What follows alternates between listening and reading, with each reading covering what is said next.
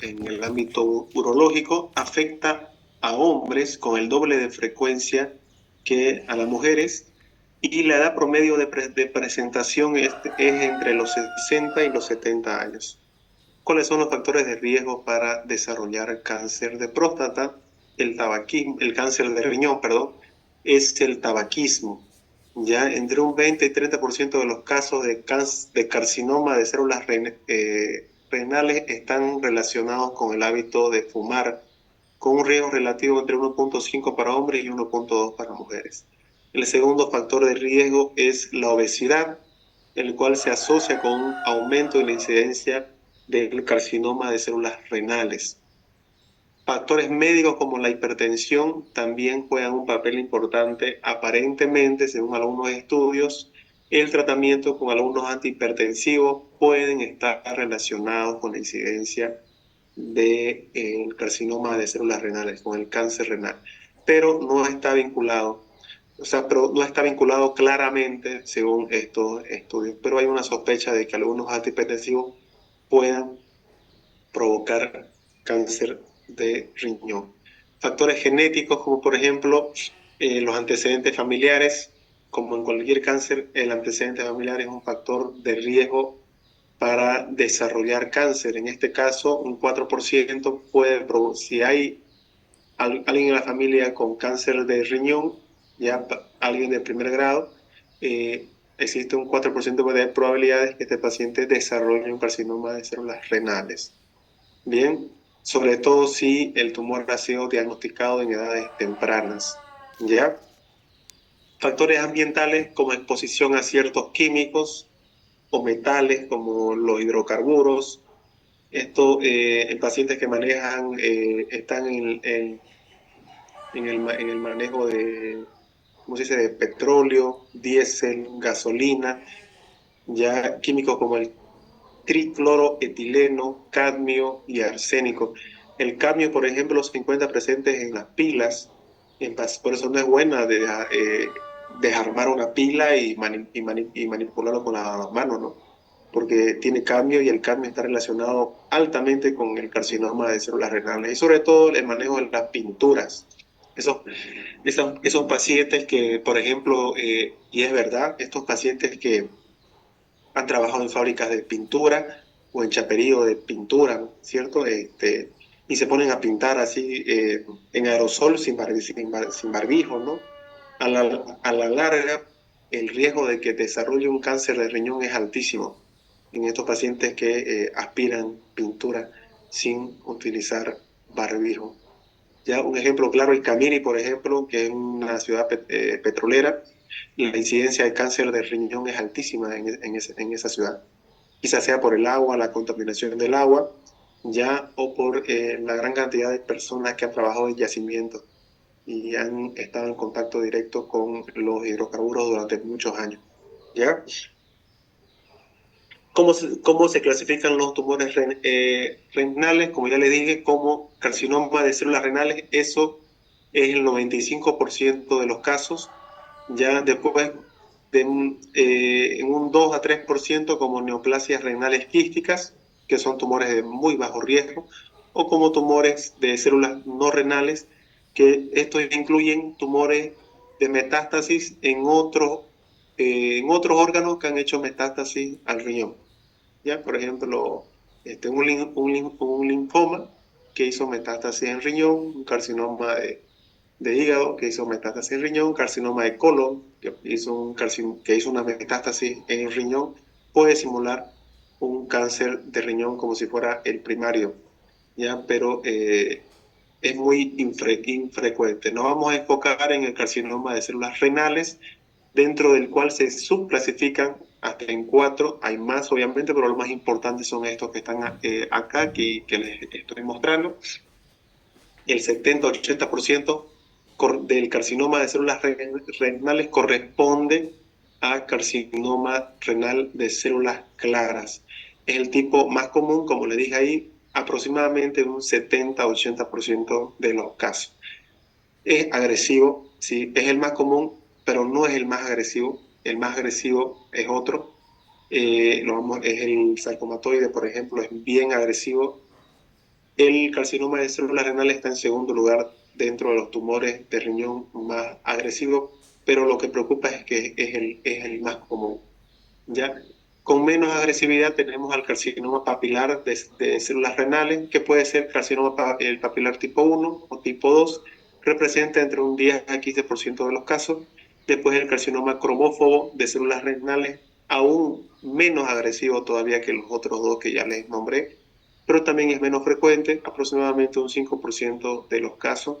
Carcinoma de los conductos colectores de Bellini es un tipo raro, pero este es agresivo, es un carcinoma agresivo, un poco más agresivo que el carcinoma de células renales claras.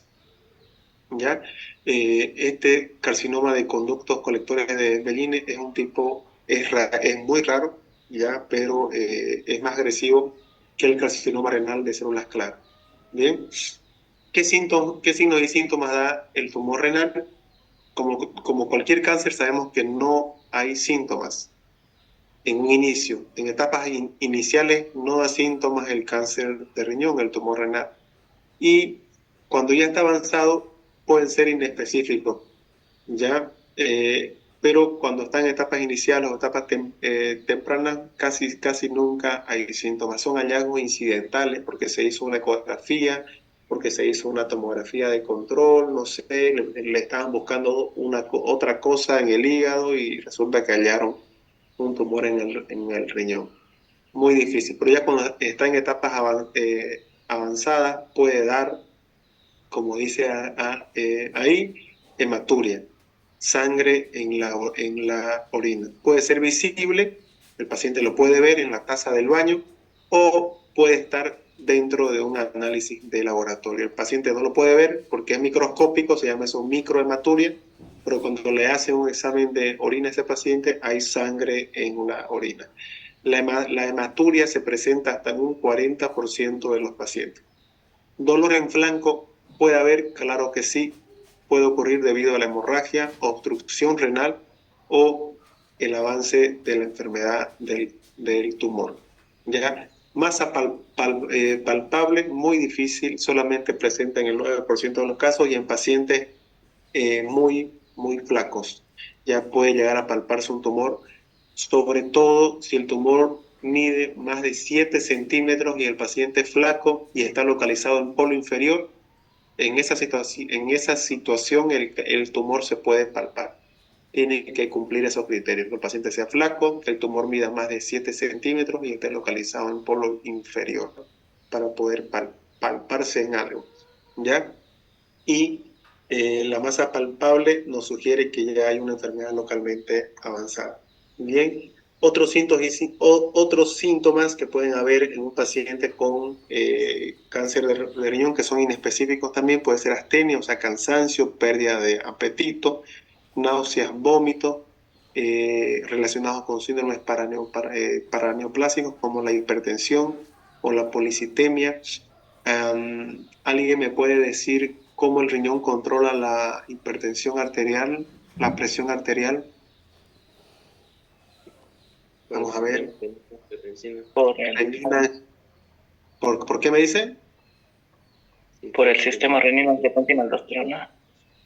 Bien, padre. Entonces, ¿la renina dónde se sintetiza?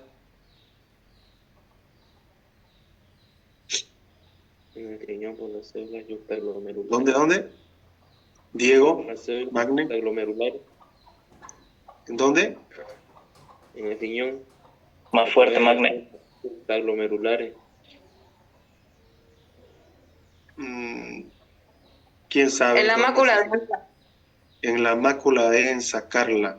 Muy bien. La renina se sintetiza en la mácula densa. Un tumor de la mácula densa puede provocar una liberación exagerada de renina al torrente sanguíneo. Entonces, increíblemente, este tumor va a provocar la hipertensión de este paciente. Entonces, es un síntoma también la hipertensión arterial en un paciente con un tumor renal. Y la policitemia, ¿por qué creen que puede haber? ¿Saben qué es policitemia?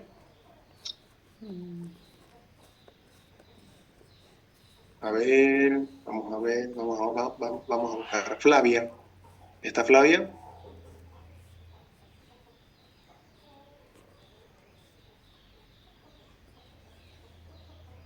5, 4, 3, 2, 1. No está Flavia. Estoy, doctor. Siguiente, Joel. Joel. Sí, doctor. ¿Por qué cree que sucede la policitemia, Joel, en un paciente con tumor renal? Ya hablamos sobre la renina ahorita, ¿no? ¿Tendrá algo que ver el riñón ahí también? ¿Algo que ver la sangre con el riñón? Puede ser que la médula ósea produzca demasiados glóbulos rojos. ¿Y quién estimula la médula ósea para que produzca demasiados glóbulos rojos? Si no me equivocaba, era...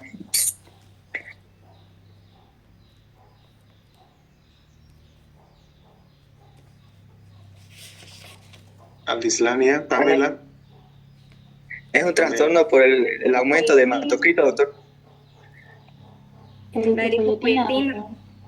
Eritroproyectina, muy bien. La eritroproyectina se sintetiza en el riñón. Un tumor en el riñón puede dar lugar así como puede dar lugar en la mácula densa un aumento exagerado de la renina, también puede dar lugar a un aumento exagerado de la eritroproyectina y puede provocar policitemia en el paciente. Ya son datos curiosos que pueden aparecer en un paciente con un tumor renal. Ahora, hay una triada clásica, ¿no?, del tumor renal. ¿Cuál es la triada clásica del tumor renal? Pues, dolor en flanco, hematuria y masa palpable. Es una pregunta siempre se hace en los exámenes de todo tipo. La triada del tumor renal: dolor en flanco, hematuria y masa palpable, lo que le dije ahí, ¿no? De todos, el más frecuente es la hematuria. Dolor en flanco muy raro. Ya, entonces, otros síntomas que puede provocar: pérdida de peso, como vemos acá, y que sea un paciente abuelito, entre 50, 70, 80 años, y flaco. ¿Ya? Bien. El diagnóstico, ¿cómo se hace? Pues con una historia clínica completa, minuciosa. Hay que evaluar los síntomas del paciente para ver si ya eliminó sangre anteriormente, buscar si hay pérdida de peso inexplicada, si hay fatiga, si hay masa palpable en abdomen. Bien, y el examen físico se busca para identificar signos de enfermedad avanzada o de metástasis. ¿Qué estudios podemos realizar en un paciente con sospecha de tumor renal? De entrada, el más básico, pero no es el mejor, es la ecografía. Nos permite, la ecografía puede ser utilizada de primera línea en la evaluación para detectar masa o tumores renales. Pero ahí tenemos un estudio más específico, que es la tomografía computarizada, que es el más común y el más efectivo para evaluar el tumor. Y si es contrastada, muchísimo mejor. Una tomografía con contraste podemos evaluar la extensión del tumor, su localización y la posible afectación en estructuras adyacentes. Ya después está la resonancia magnética, que nos permite evaluar si ha habido invasión a la vena cava. Bien, la biopsia se hace en el tumor renal. En la mayoría de los casos la biopsia está desaconsejada en el tumor renal. No se permite hacer biopsia a las masas. Por eso el diagnóstico es imaginológico en estos casos.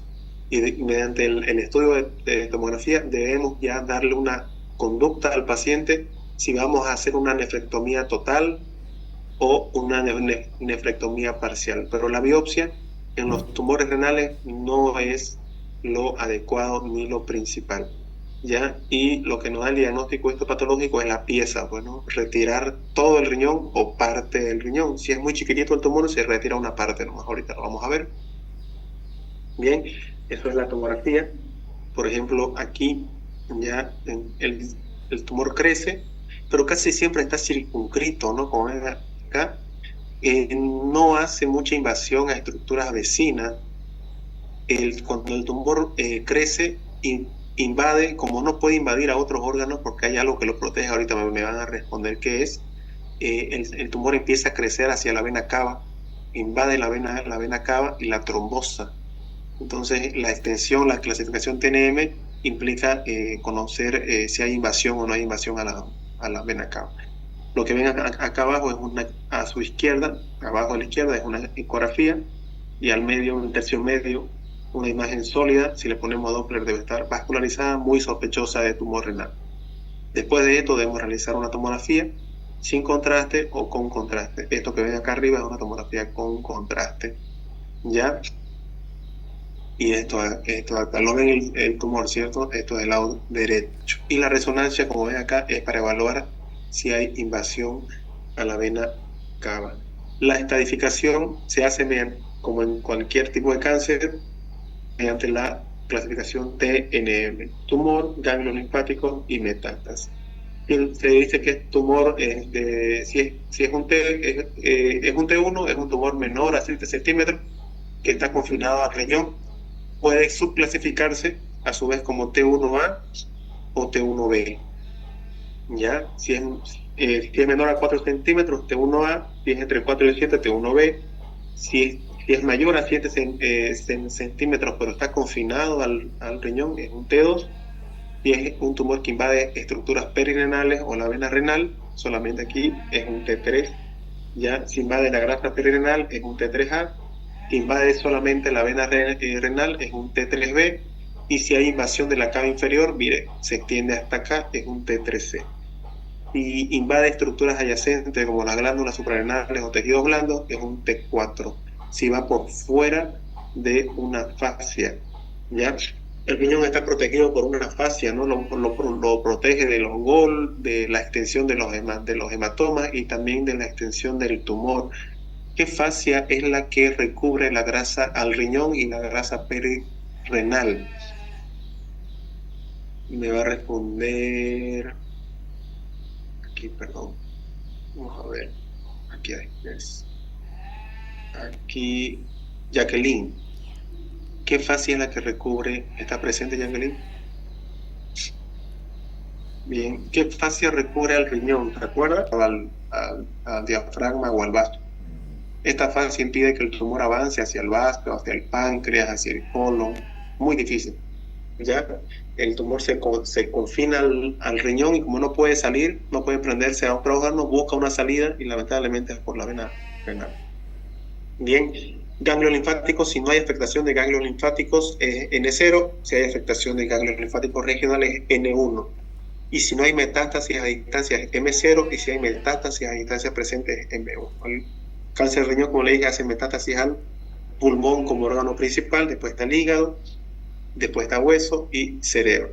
La clasificación final, sabemos, el estadio 1 solamente corresponde al T1, bueno, acá, tumor menos de 7 centímetros, tumor más de 7 centímetros sin metástasis y sin nódulos es un estadio 2, tumor que invade la vena renal solamente es un T3, y un tumor que tiene metástasis o que es un tumor T4 o cualquier T pero que tenga metástasis ya en pulmón es un estadio 4.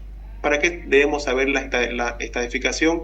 Para saber el pronóstico del paciente, ¿no es cierto? Lo mismo que en el cáncer de testículo, en el cáncer de próstata, ya hemos hablado, para saber cuánto tiempo de vida le queda a ese paciente, qué podemos hacer, qué tratamiento vamos a hacer.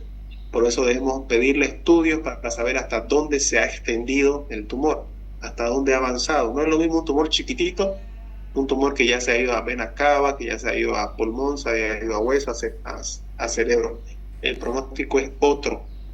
Por eso en el estadio 1, donde el tumor es menos de 7 centímetros, se recomienda una nefrectomía parcial, ¿ya?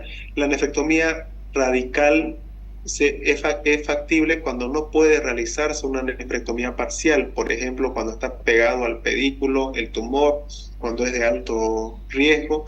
Por ejemplo, dice acá, si el tumor está localizado centralmente, al manipular aquí la arteria renal y la vena renal puede suceder una catástrofe en plena cirugía y el paciente se vacía y se exsanguina en cuestión de segundos y se muere ahí en la mesa. Entonces ahí es riesgoso realizar una nefrectomía parcial. Debemos realizar directamente una nefrectomía radical para evitar manipular el pedículo lo menos posible. Vigilancia activa también hay en riñón, así como en próstata. Pues sí, en pacientes seleccionados, añoso, tienen comorbilidades, ¿no? Quizás se ha infartado 5 veces, es hipertenso, es diabético, y sobre todo aquí el tumor es el que manda. Tumor menos de 3 centímetros y tomográficamente podemos ver si es un tumor de crecimiento lento, ¿no?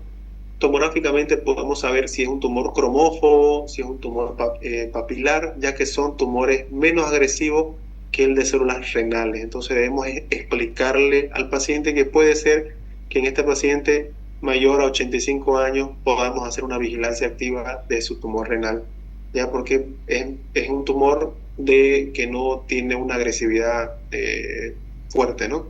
¿Ya? Y sobre todo porque es pequeño, ¿no? Tumor menos de 3 centímetros.